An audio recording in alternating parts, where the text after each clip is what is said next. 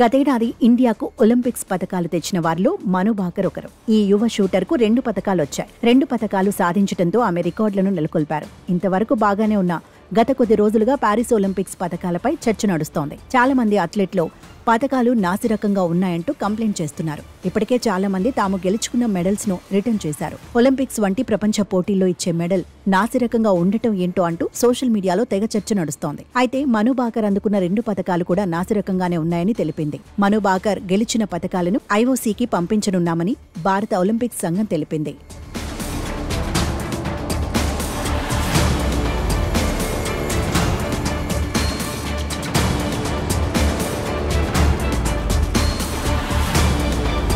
Paris 2024 Olympics అట్టహాసంగా జరిగాయి. అయితే ఈ ఈవెంట్ ముగిసి నెలలు గడిచిపోయినా తాజాగా మరోసారి ట్రెండింగ్ లో ఉంది. సోషల్ మీడియా మొత్తం ఇందులో గెలిచిన వారికి అందించిన మెడల్స్ పై చర్చ జరుగుతోంది. చాలా మంది విమర్శలు చేస్తున్నారు. విజేతలకు ఇచ్చిన పతకాలు నాసిరకంగా ఉన్నాయని చెబుతున్నారు. ఇప్పటికే ఈ విషయమై అథ్లెట్ల నుంచి ఫిర్యాదులు వస్తున్నాయి. 100 మంది అథ్లెట్లు తమ పతకాలను వాపసు కూడా చేసేశారు. అయితే తాజాగా ఇప్పుడు ఈ జాబితాలో భారత స్టార్ అథ్లెట్ మను భాకర్ చేరింది. తన మెడల్ పై ఉన్న పూత తొలగిపోతోందని కంప్లైంట్ చేసింది. తన బ్రాంజ్ మెడల్ పై ఉన్న పూత తొలగిపోతుందని మను భాకర్ పేర్కొంది.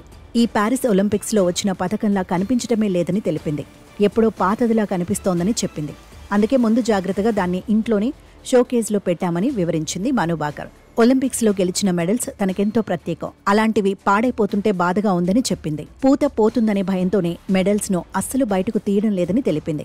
మను భాకర్ తండ్రి కూడా ఇదే విషయాన్ని చెప్పారు. ఇకపోతే అథ్లెట్లు స్వప్నిల్ కుచాలి, సరబ్జోత్ సింగ్ మెడల్స్ కూడా పాడవుతున్నట్లు సమాచారం.